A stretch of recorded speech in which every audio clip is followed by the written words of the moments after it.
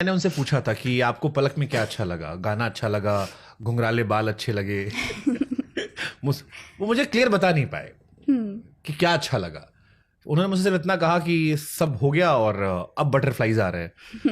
मेरे को सीरियसली बताओ ये कहाँ से शुरू हुआ था, बिकॉज मेरे को बड़े सारे वर्जन मिले और अभी भी मुझे क्लैरिटी नहीं है। हालांकि मुझे लगता है वो अंदर अंदर आपको पसंद कर रहे थे, इसीलिए शायद आशिकी में अच्छे अच्छे गाने आपको पकड़ा रहे थे।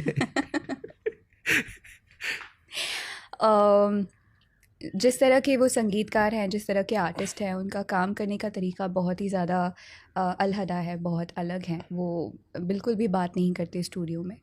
बहुत मैं कहूँगी कि एक मंदिर जैसा माहौल है वहाँ पर। मैं भी एज अ प्रोफेशनल बहुत ही ज़्यादा सीरियस हूँ। मैं स्टूडियो में जाकर बात नहीं करती हूँ, सिर्फ गाना गाती हूँ और वहाँ से निकल जाती हूँ।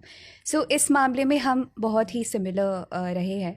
तो हमारी इतने सालों गाने के अलावा कोई बात नहीं हुई, ना फ़ोन पर, ना मैसेज पर, ना स्टूडियो में, ना किसी अवार्ड फंक्शन में। हम सिर्फ मिले, काम की बात हुई और एग्ज़िट।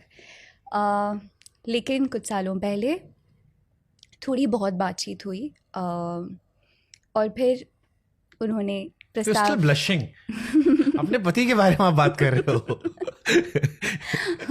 50 इंटरव्यू में बता चुकी हो, उसके बाद भी आप शर्मा रहे हो।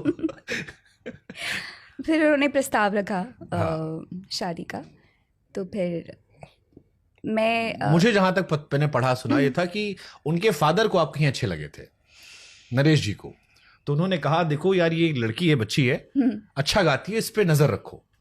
तो ऐसा ये कहाँ कहीं पड़ा? इंटरव्यू में उन्होंने कहीं कहा था कि नरेश जी ने कहा था कि जो पहली बार आपको रिकमेंड किया था, जो आपका पहली फिल्म थी उससे पहले, अच्छा, गाने के लिए? हाँ। हाँ, हाँ कि जी। ये अच्छी लड़की है, इस पे हाँ नजर जी। रखो। तो मुझे लगता है उसके बाद जो नजर पड़ी फिर वो नजर रख ही ली उन्होंने, कहा घर में ही रख लेते हैं। हम्म। हाँ, तो फिर प्रस्ताव के बाद मैं जिस जिस संस्कार से पली बड़ी हूँ, तो माता पिता ही तय करने वाले थे कि मैं किससे शादी करूँगी। सो वैसे मैंने जितनी कहा। बातें आप करते हो उसमें आंटी तय किया होगा, मैं डाउट। फिर उन्होंने मम्मा से बात की। तो हमारा रिश्ता पक्का हुआ, उसके बाद हम मिले। उसके पहले हम मिले भी नहीं थे। तो कोई पापड़ नहीं बेलने पड़े उनको? वो है ही इतने अच्छे। आई मीन मम्मा, जैसे ही वो मम्मा से मिले, she couldn't have asked for a better person for me then मेरे को आंटी और मिथुन जी की कॉन्वर्सेशन देखने का बड़ा मन कर गया। मैं आंटी से जब मिला